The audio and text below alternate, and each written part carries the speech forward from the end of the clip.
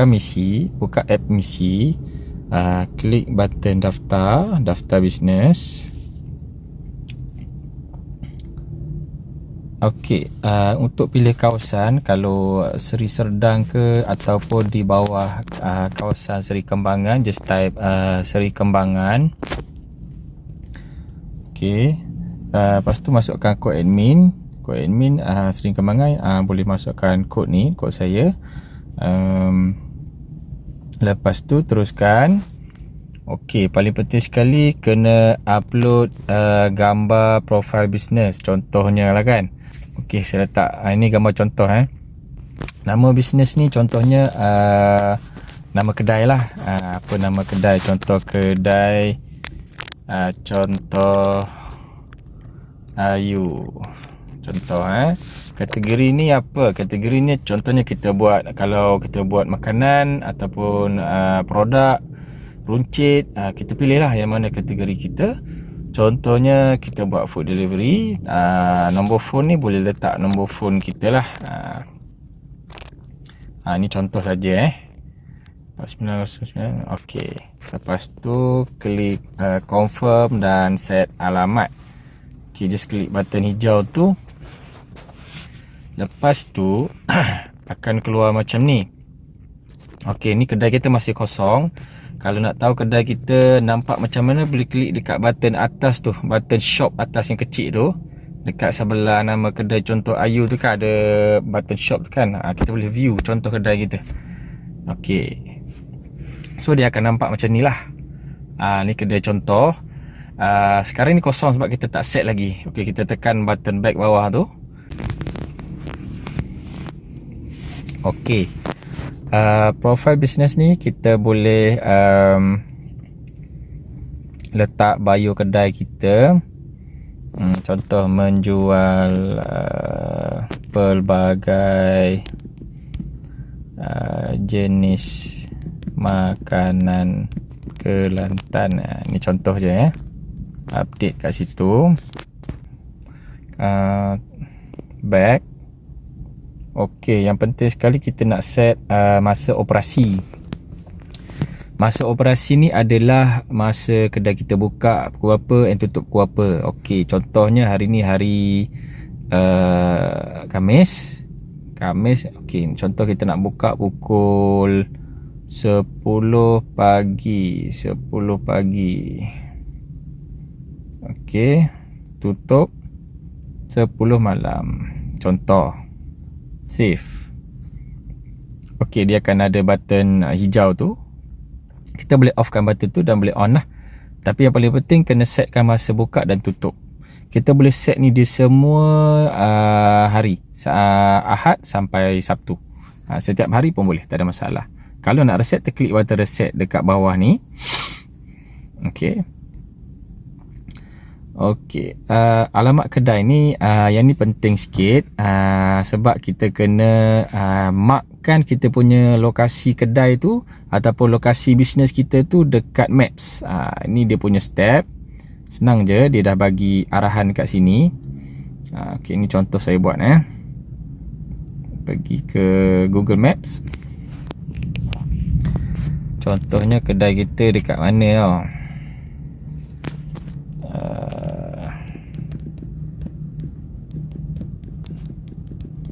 Contoh. Okey. Contohnya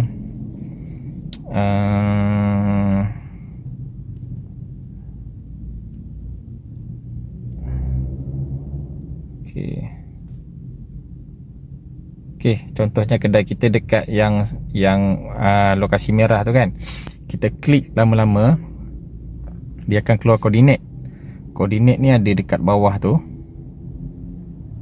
Koordinat akan keluar dekat bawah. Kalau kita nak adjust kita punya lokasi ni, kita boleh zoom kat mana exactly kita punya kedai tu sebenarnya. Kita boleh zoom. Kita klik lama-lama dekat yang merah tu, yang pin tu kan. Kita boleh adjust dekat mana kedai kita. Contohnya lah, kedai kita ada dekat sebelah ni, sebelah jalan ni kan. Kita pindahkan ke sini. Kita klik pin kan kat situ. Okey, dah ada. Ni contoh ya. Lepas tu bila dia dah keluar macam tu, yang atas ni dia ada koordinat, betul tak? Yang atas ni, yang atas tu dekat search tu dia akan keluar coordinate numbers. Copy je, copy. Okey, pergi balik dekat misi tadi, pastekan koordinat tadi tau. Okey, bila pastekan koordinat, dia akan keluar alamat mengikut koordinat tersebut. So kalau betul, just confirmkan lah. Alright, tu saja. Senang je. Okey, lepas tu kita pergi dekat marketplace ni, kategori apa cik punya business. Okey, cik boleh tick je salah satu ataupun yang berkenaan. Contoh cik jual nasi, ada jual mi, makanan Asia, kategori gerai. Kalau jual kuih boleh tick kuih. Ada minuman dan juga tu sajalah. Kalau runcit tak ada, tak payah. Okay, klik confirm. Zon kawasan ni apa tak payah. Okay, produk. Okay, sekarang ni kosong sebab cik belum ada apa-apa lagi produk. Cik just klik button plus kat atas tu, tambah produk. Okey, tambah produk ni yang patah gambar ni penting untuk kita isi. Just klik saja nama produk. Nasi lemak. Contoh nasi lemak Kelantan. Okey, harga dia berapa? RM5 contohlah kan. Upload. Okey. Okey, kalau cik nak tambah lagi produk, just klik button tambah produk tu, tambah saja produk menu-menu yang lain. Kategori ni kita boleh tambah, contohnya nasi lemak tadi kategori apa? Kategori nasi. Tambah. Okey, nak tambah lagi kategori lauk, pauk. Tambah.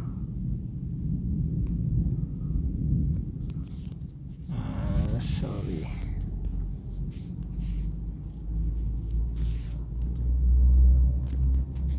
Tambah lagi sebanyak yang kita rasa kategori bisnes kita tu ada. Contohnya minuman. Okey, tambah. Okey, nasi lemak tadi kategori apa? Kategori nasi kan. Okey, boleh edit dekat sini.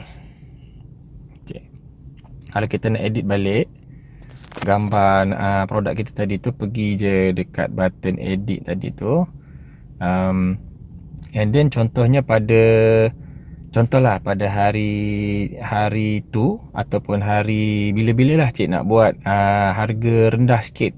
Contohnya nasi lemak tu harga asal RM5. Cik nak buat RM4. Cik kena tulis dekat diskaun ni, potong berapa baru dapat RM4. Potong RM1 baru dapat RM4 kan, contoh. Ataupun 50 sen nak buat nasi lemak RM4.50. Alright,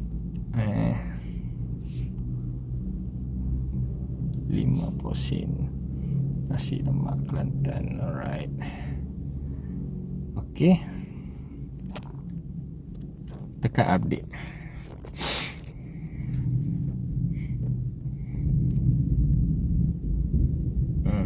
Edit balik. Okey, so tu je lah. Nanti dekat menu dia akan keluar harga asal. Harga tu akan di-slash-kan, akan ada harga diskaun tu, maknanya RM4.50. Dia akan ada dekat menu nanti. So waktu operasi ni potongan diskaun ni nak buka pukul apa, dia pukul apa. Contohnya ada time yang cik nak buka ke, daripada pukul 10 sampai pukul 10 malam, macam tu lah. Okey, yang variasi ataupun add-on ni, fungsi dia adalah untuk dia macam ni, macam add-on satu menu tu dia tetap. Okey, di nasi lemak ada telur biasa standard kan. Okey, kita nak tambahkan lauk. Contohnya nak tambah variasi lain, contohnya nak buat lauk sotong ke, lauk ikan ke, macam-macam lah. Saya tak pandai sangat sebab saya tak peniaga makanan. Contoh ni saya bagi contoh. Tulis dekat sini sotong, lauk sotong, sorry. Ok, tekan button tambah tu. User pengguna nak pilih satu dari satu ke satu lah, save. Alright. Lauk sotong satu-satu. Ok, tambah lagi lauk ayam pedas. Ok, tambah berapa ya? Lauk biasanya RM4 Ok,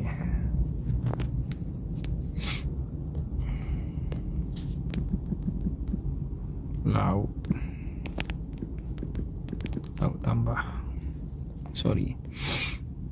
Ok, sotong pedas. Harga sotong contohnya RM5 lah. Sorry, 3 lah. Ok, just tambah je kat situ. So, dan edit. Contoh, kalau kita onkan variasi ni baru user boleh nampak lah. Kalau kita offkan toggle, so user tak boleh nampak. Macam tu je lah, simple je. Ok, kalau dah setting semua ok, apa semua dah puas hati, dah semak balik, update je. Update saja. Tekan button back. Ok, masuk balik, tengok ok tak. Ok, just back je lah. Lepas tu kita boleh tambah lah apa-apa produk lain yang ada kat kedai kita, minuman ke, apa jenis minuman ke, contohnya sirap, teh, ais, apa-apa saja boleh je tambah dekat produk ni. Isi macam biasa, dan kategori apa. Senang saja. So nanti kalau nak kedai nak buka, bila nak buka kedai, kita kena online. Sekarang ni offline. Ok, klik button online tu. Alright, so